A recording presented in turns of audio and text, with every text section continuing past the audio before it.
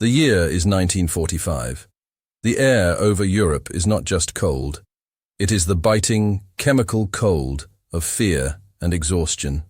The relentless advance of the Western Allies has stalled momentarily, bogged down by the desperate final stand of the Wehrmacht and the punishing weather.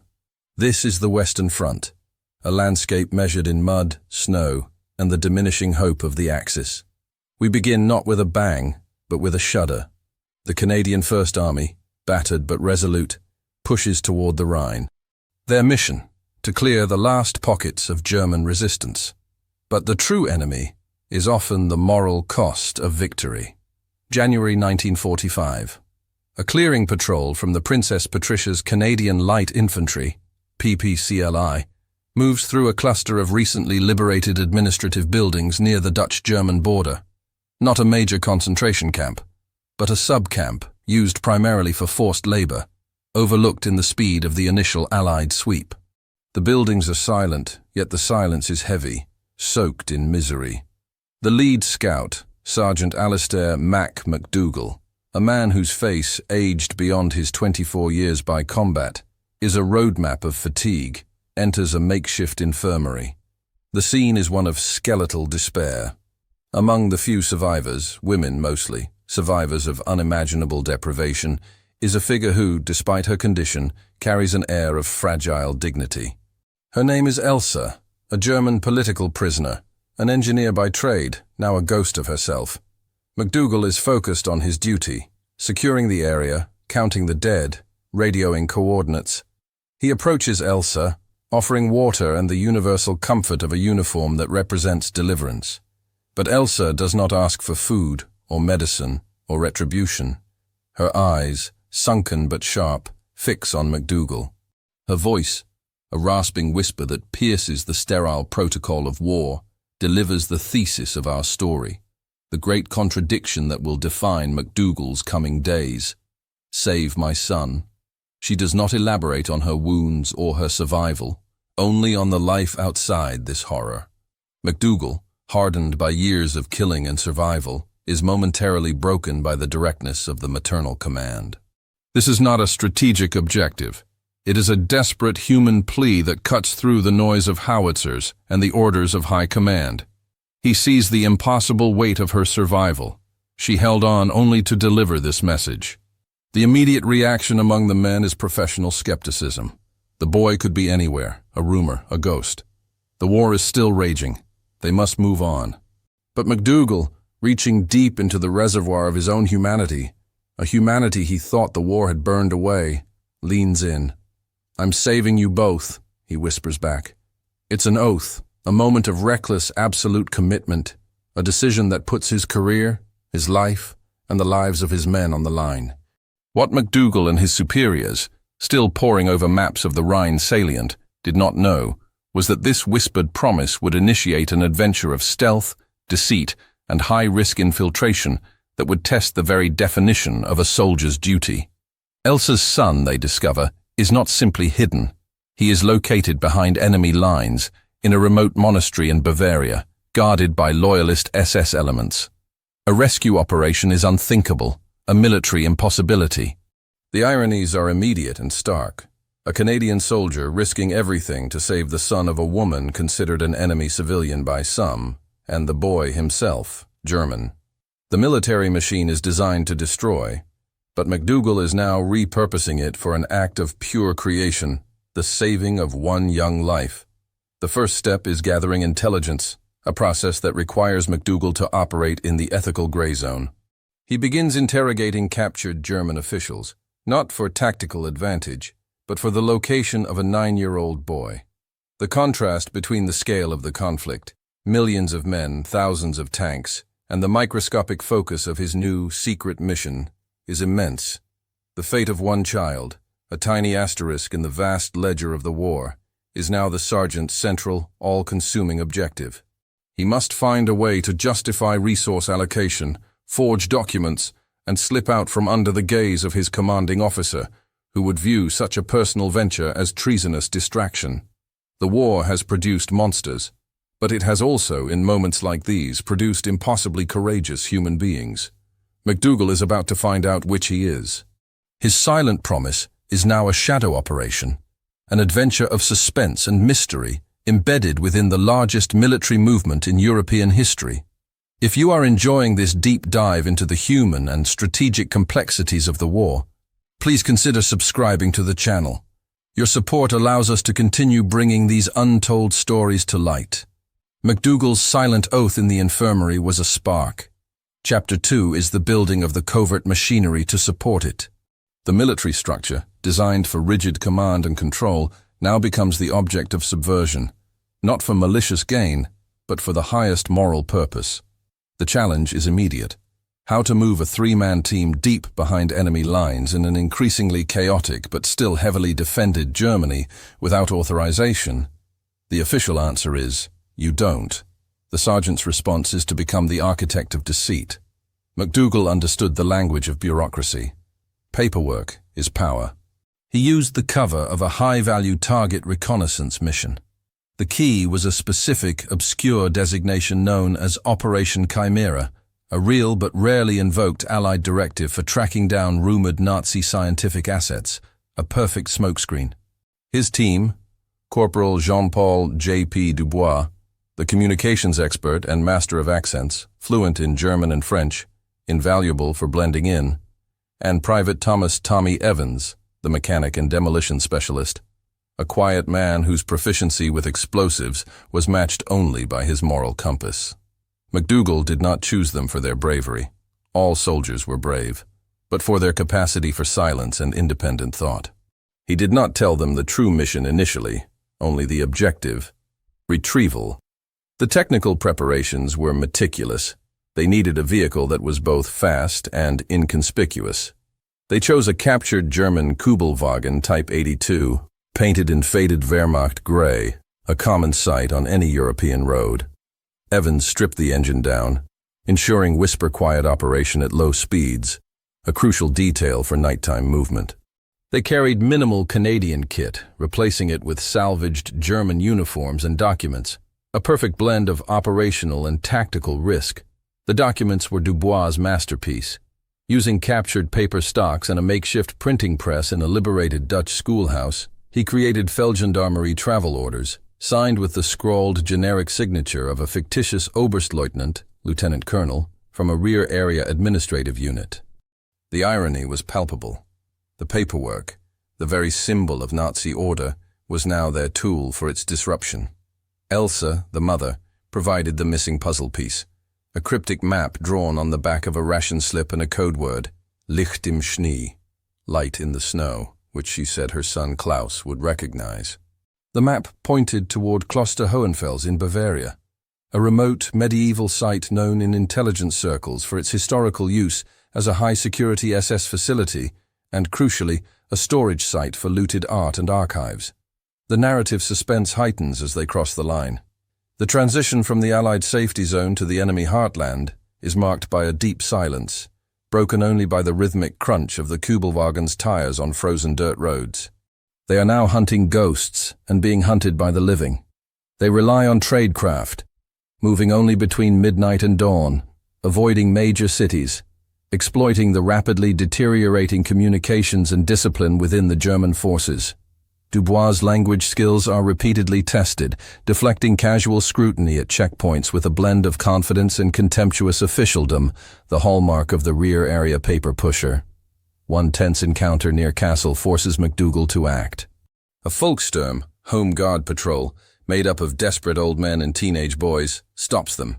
The leader, a man in his 60s with a nervous tic, is overly eager to prove his loyalty. MacDougall, drawing upon his years of wartime brutality, adopts the persona of a Gestapo liaison. He uses the power of implied threat. He doesn't raise his voice. He simply looks at the man's ID and says, in deliberately slow, broken German, that they are on a mission sanctioned by the Reichsführer SS himself, and any delay will be logged and investigated personally. The old man, paralyzed by the fear of Himmler's name, waves them through instantly. The use of fear, the very weapon of the regime, is now their shield. The risk is enormous. If caught, they are not prisoners of war. They are spies, to be executed immediately. Every mile closer to Bavaria is a physical and psychological burden. They are three men against an entire disintegrating empire, driven by a promise whispered in a freezing room. They are the unburdened heart team, but their hearts are heavy with the moral weight of their deception. Their success depends entirely on their ability to maintain the illusion until the moment they retrieve the boy, a moment that is still hundreds of kilometers of perilous driving away. The journey deepens, turning the simple act of driving into a masterclass of survival strategy. Chapter 3 focuses on the geometry of fear, the strategic and tactical analysis MacDougall uses to navigate a collapsing state, and the psychological toll of maintaining their enemy facade. Germany in early 1945 was a mosaic of authority. The Wehrmacht was retreating, the SS was consolidating, and the civilian administration was desperately trying to maintain order. MacDougall's survival thesis was simple: avoid the center, exploit the periphery. The greatest risk was not enemy action, but enemy bureaucracy. Their route required precise calculation of risk, avoiding Allied bombing targets, where patrols would be thickest, and avoiding established SS security corridors. They were moving into the German south, where Hitler's Alpenfestung, Alpine fortress, was rumored to be the last stand, meaning the area was swarming with elite, fanatical SS units. MacDougall's tactical genius emerges here.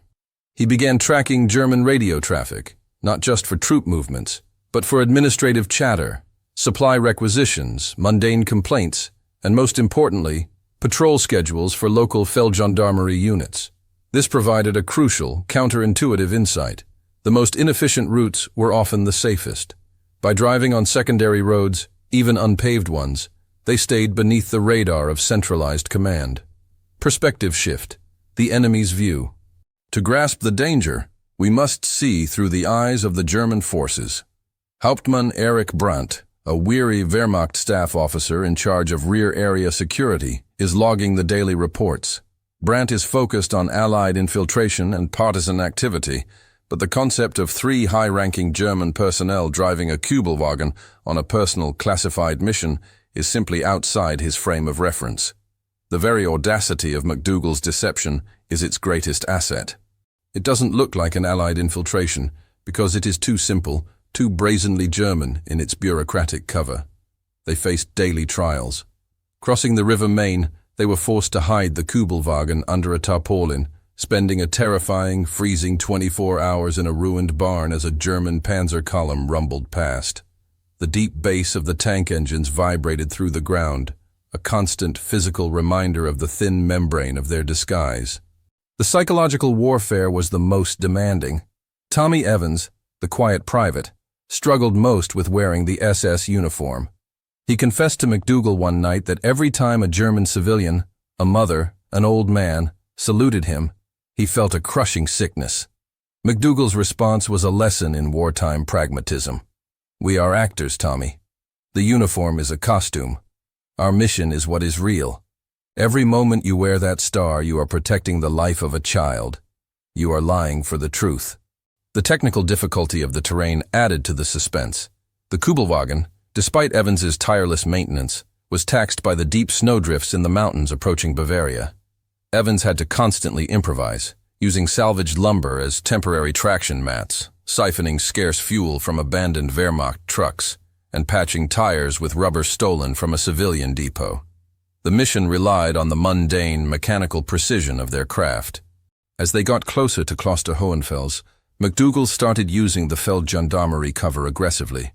He would stop at small-town command posts, demand intelligence, and then, using the pretense of operational urgency, seize the best maps, food, and fuel. He was literally stealing the resources of the German military to execute a counter-mission. The deception was now actively consuming its host. The final element of the strategy was the approach to the monastery itself. Kloster Hohenfels was situated atop a craggy hill, overlooking a small town, a natural fortress. Reconnaissance was impossible without being seen. MacDougall decided on a direct, frontal approach under the cover of their bogus travel orders. The iron grip of the SS was tightening around the Alpenfestung. MacDougall intercepted a fragmented radio message. SS Standartenführer, Colonel Klaus Richter, a loyalist commander with a reputation for brutality and meticulous control, was in charge of security at Hohenfels. The risk of impersonation was now fatal. They were no longer dealing with tired reservists, but with a committed, intelligent enemy. The geometry of fear had contracted to a single, deadly point: the gates of the monastery. They would have to rely on the power of authority to overcome the power of force. The Kübelwagen ascends the winding, ice-caked road to Kloster Hohenfels. Chapter 4 is the infiltration, a high-stakes psychological game played out under the eyes of the SS, centered on a cipher that holds the key to the boy's identity. The monastery gate is framed by ancient, imposing stone, incongruously juxtaposed with a modern steel anti-tank barrier and two hardened SS guards wearing the distinctive Totenkopf, Death's Head, insignia. This is no civilian site. It is a fortress of last resort. MacDougall, playing the role of the haughty rear area logistics officer, takes the lead. Dubois, always the communicator, is positioned to handle the initial German exchange, ensuring linguistic perfection. "Halt, papier!" the lead SS guard snaps. Dubois produces the forged Feldgendarmerie documents. The guard, suspicious of any unfamiliar face, scrutinizes them under the light of a flickering lamp. The tension is crushing.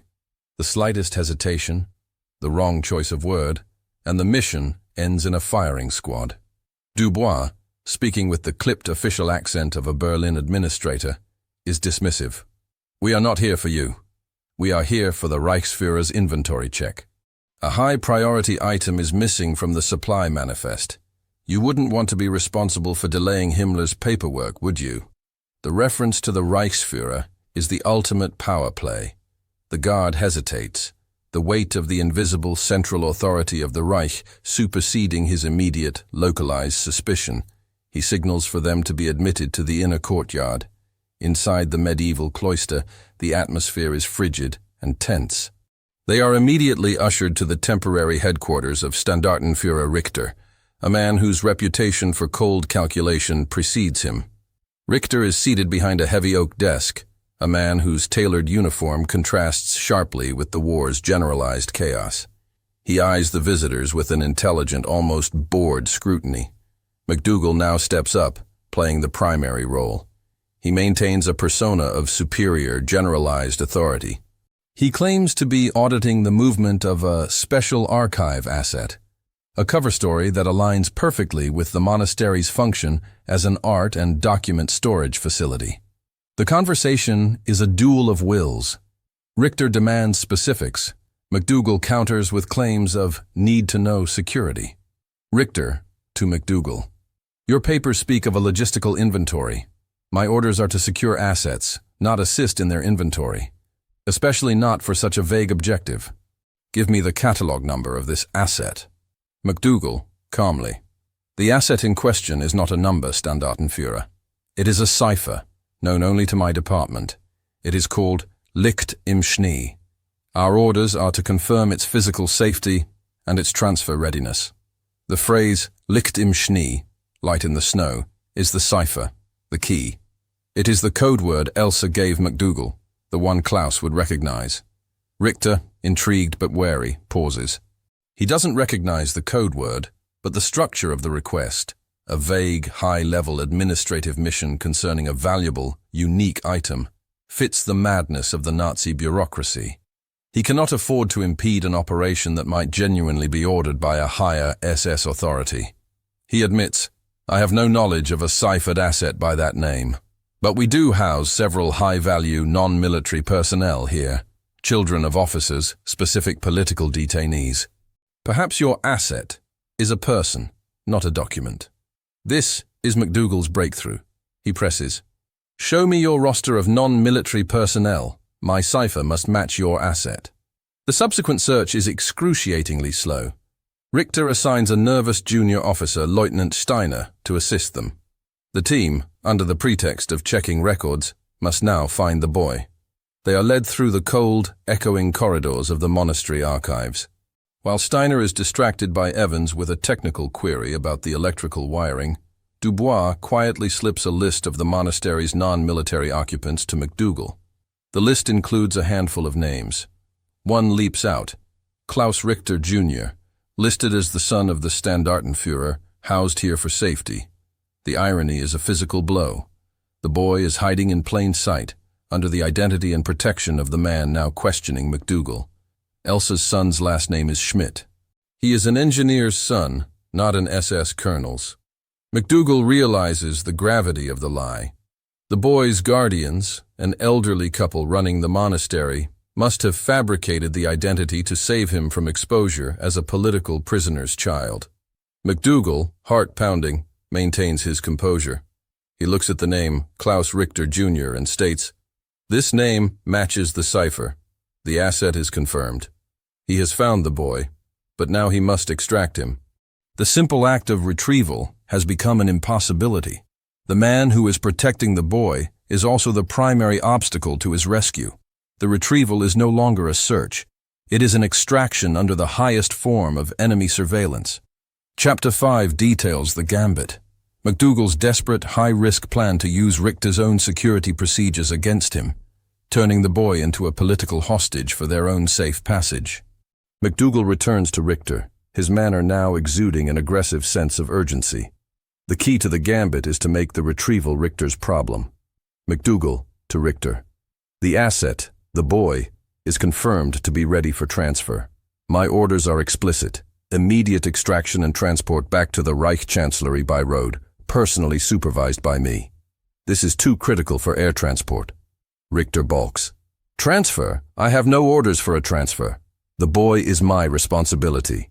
The stage is set for the inevitable, calculated confrontation. McDougal uses a fabricated piece of intelligence, a lie based on the chaos of the time, to create a sense of overriding danger. McDougal: Then your orders are outdated, Standartenführer. Allied intelligence has identified this entire monastery as a target for a deep penetration commando raid, a direct snatch and grab of high-value personnel. We have intercepted a confirmed Canadian patrol moving south. If the asset is captured, you will be held personally accountable for compromising the Alpenfestung security strategy. I am here to prevent your execution. The mention of a Canadian patrol is a terrifyingly ironic lie, a direct reference to his own presence. Richter's internal struggle is visible. Does he trust the man in front of him, or the overwhelming threat of Allied paratroopers and the wrath of his superiors? The threat to his own life and reputation is the ultimate leverage. Richter's security expertise now works against him. A Canadian deep penetration raid is a terrifyingly plausible scenario in the chaos of early 1945. He concedes reluctantly, "Very well, prepare the boy, but my staff will accompany you to the main road." This is the central problem of the gambit. They cannot simply drive away. They must neutralize the accompanying SS escort. The team has a narrow window, less than 2 hours to the departure time. McDougal sends Dubois and Evans to prepare the Kübelwagen, instructing Evans to modify a small, localized explosive device, not for destruction, but for distraction. McDougal, under the pretense of final security checks, goes to the boys' quarters. He finds Klaus, a silent, unnaturally solemn boy of 9, clutching a wooden toy soldier. The elderly couple, the caregivers, are terrified. McDougal speaks to the boy in quiet, perfect German. "I am a friend of your mother, Elsa. She sent me. Do you remember the secret phrase she taught you? The one for the light." Klaus's eyes widen, filled with a sudden, impossible hope. He whispers, "Licht im Schnee." The connection is made. McDougal scoops the boy into his arms. The caregivers, understanding the gravity of the operation, silently press a worn leather satchel into his hand. It contains Klaus's true birth records and a few family relics. The extraction is underway. Richter, still suspicious, provides an escort, an SS officer and 4 men in a heavy command car. The plan is now set. The 2 vehicles depart in the deepening twilight. The tension is almost unbearable. As they descend the narrow, icy mountain road, Evans executes his task. He trails a wire from the Kübelwagen, a nearly invisible tripwire designed to activate a small pyrotechnic charge that will simulate a landmine detonation. At a pre-selected bend, a section of the road where the command car must slow to a crawl due to the ice, Evans triggers the device. Psst! Boom! A sharp, localized blast shakes the ground behind them. Not large enough to damage the command car, but large enough to create chaos and confusion. The SS command car slams to a halt. The officer, believing they have hit an Allied mine, shouts orders. MacDougall seizes the moment. He speeds the Kübelwagen around the bend, disappearing into the cover of the dense pine forest. He uses the ingrained German paranoia, the fear of partisan action and Allied sabotage, as his final shield. They are free of Hohenfels, but they are now hunted by the man whose son the boy is impersonating and pursued by the military of an entire nation. The escape has only just begun. The gambit has succeeded, but the odds against them have become even steeper. The successful deception at Kloster Hohenfels instantly converts the mission from a quiet infiltration into a high-octane escape. Chapter 6 is the long road north, a race against time and pursuit across the frozen landscape, where technology and human endurance are pushed to their breaking point. The moment Standartenführer Richter realizes he was duped, that the asset was not a military necessity, but a political prisoner's child, and that the men were disguised Allied agents, the full weight of his anger and shame will be brought to bear. Richter is not pursuing a child. He is pursuing a profound security and personal insult, an attack on the very core of his command. MacDougall knows this. His priority shifts from stealth to speed, while maintaining the illusion of a legitimate, high-priority movement. He must anticipate Richter's reaction. Richter will immediately report the incident as a partisan attack, high-valued target abduction, triggering local roadblocks and pursuit. The key to survival is predicting the German security net. MacDougall's strategy, the S-curve escape. Instead of driving directly toward the Allied lines, he drives east, deeper into Bavaria, creating a massive diversionary S-shape before finally turning north toward the Allied front lines in the Ruhr Valley. This confounds the initial pursuit vector, which will be concentrated along the shortest north-south routes. The Kübelwagen becomes a symbol of relentless, desperate motion. The constant mechanical strain begins to show. The engine is running hot. The gearbox whines. Evans works miracles on the fly, patching a cracked radiator hose with chewing gum and a sliver of leather, constantly rationing the few liters of gasoline they have left. The human element is the most delicate. Klaus, the boy, is quiet, often withdrawn, a silent observer of the terror around him. MacDougall must now be a soldier, a spy, and an impromptu father figure. He uses the family relics given by the caregivers, a small tarnished silver compass, to engage the boy. He tells Klaus it is a secret Allied device for finding freedom, a lie designed to imbue the terrifying journey with a sense of purpose and adventure. One night, near a bombed-out rail yard, they face a severe threat, a German patrol of deserters. These men are not ideologues, but desperate, starving individuals, often more dangerous than loyal SS units, because they operate outside the chain of command, motivated by pure survival. The deserters surround the Kübelwagen, armed and demanding supplies. MacDougall, using a calculated risk, remains in the role of the Gestapo liaison. He confronts them with cold fury. MacDougall, to the deserter leader, "You are AWOL, you are armed, and you are interfering with a secret Reich matter transport. I am taking your identities. You can either walk away now and have a slim chance of surviving the Eastern Front, or I can execute you here and now for treason. Choose." He is bluffing entirely. He cannot waste ammunition, but the psychological force of the Gestapo uniform and the implied authority of the state, even a dying state, is enough. The deserters, broken by the war, melt back into the shadows. The team's physical state is deteriorating. Dubois is suffering from frostbite in his hands. MacDougall hasn't slept properly in 4 days. The pressure cooker environment is leading to moments of profound moral reflection.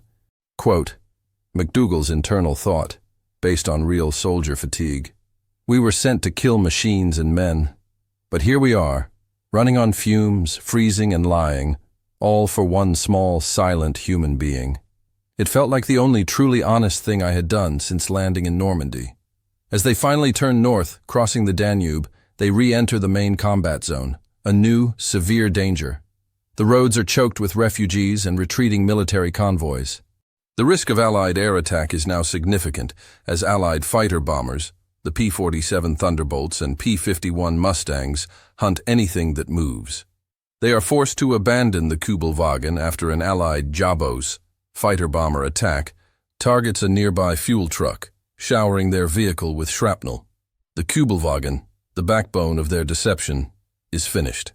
The last 50 kilometers must be covered on foot, disguised as fleeing German civilians, a father, McDougall, his nephew, Klaus, and 2 wounded soldiers, Dubois and Evans, a final harrowing test of endurance that places the ultimate strain on the boys' and the men's resolve. The end is in sight, but the final, most deadly obstacle remains. The final barricade, a heavily fortified defensive line manned by elite German paratroopers, the Fallschirmjäger, defending a crucial bridgehead over the Rhine. McDougall's team is now on foot, indistinguishable from the terrified civilian populace, a disguise that is as dangerous as the SS uniform. The bridgehead is a scene of utter chaos. The Fallschirmjäger are not running. They are fighting with the fanatical determination of men who believe they are defending the last piece of German soil.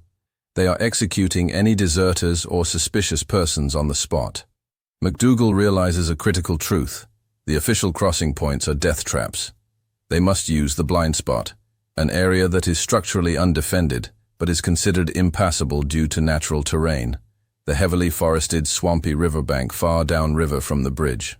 The crossing requires a non-standard military solution. They need a boat or a raft, and they need a diversion.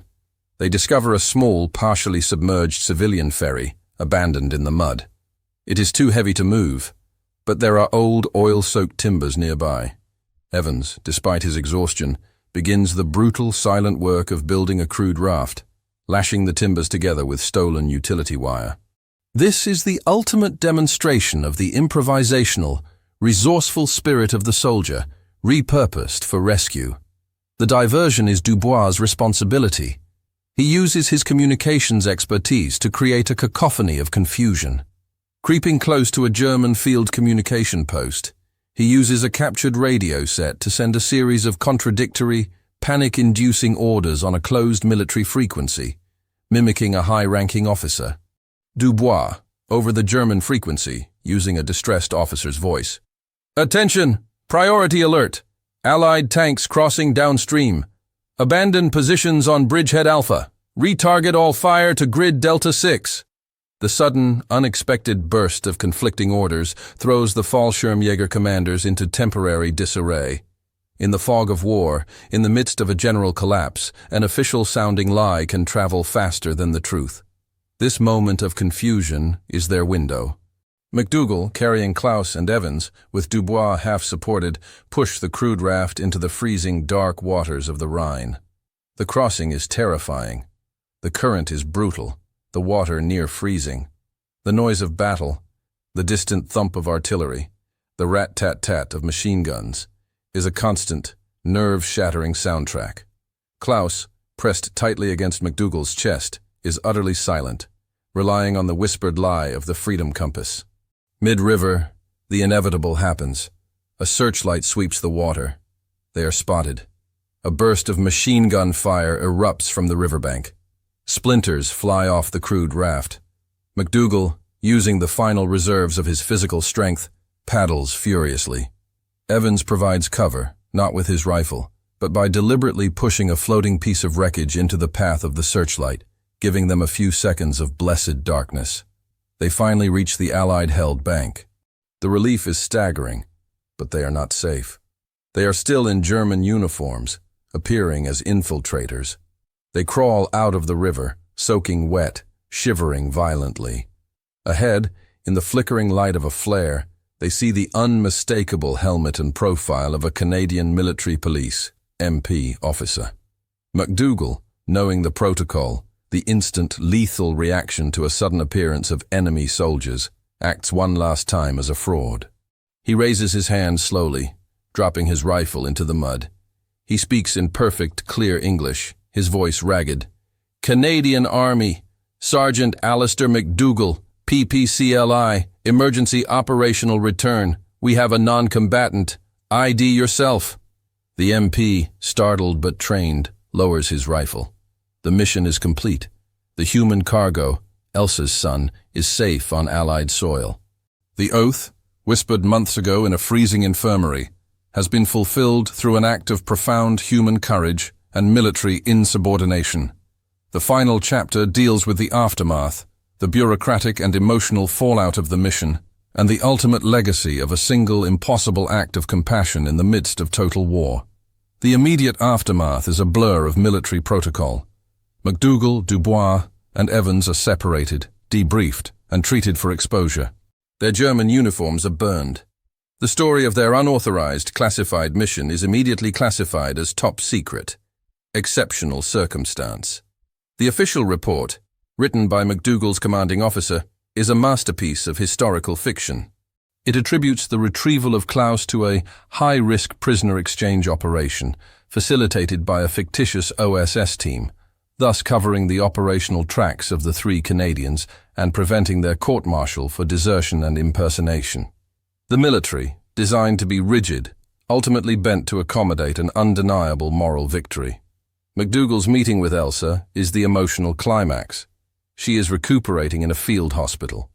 The sight of her son, clean, warm and alive, breaks the dam of her wartime stoicism. She does not speak. She simply holds him. MacDougall, watching from the door, realizes the true measure of his service. He had not only saved a life, he had restored a future. The irony of command. MacDougall is quietly promoted to Warrant Officer Class 2, a promotion meant to recognize his tactical brilliance while simultaneously silencing him about the unauthorized nature of the operation. He is transferred away from the European theater, his war ending not with a medal for bravery in battle, but for an act of private, moral courage. The legacy of Klaus. The boy and his mother are eventually relocated to Canada. Klaus grows up to become a successful architect, a builder of structures, a profound irony considering his life was saved by an act of deliberate military destruction and subversion. He never forgets the man who rescued him. The Second World War is chronicled in the mass statistics of divisions, shell counts, and casualty figures, the geometry of industrial warfare.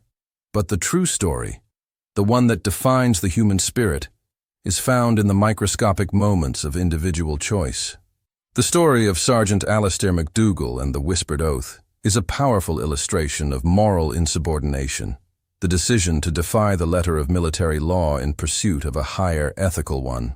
The war demanded of its soldiers brutality and obedience, but in the frozen chaos of the Western Front, MacDougall found an opportunity for something else entirely: redemption through compassion. He proved that even in the most crushing of conflicts, the human heart, unburdened by command, can find the light in the snow. The unburdened heart team vanished from the official records, their acts of strategic deceit and personal sacrifice confined to a classified file. But the life of Klaus, the architect, stood as a perpetual monument to the few men who understood that the ultimate victory was not defined by how much they destroyed, but by what they chose to save. If you are captivated by these deep, historically rich narratives, please ensure you subscribe and hit the notification bell. We're dedicated to uncovering more untold stories of courage and complexity from the darkest chapters of history.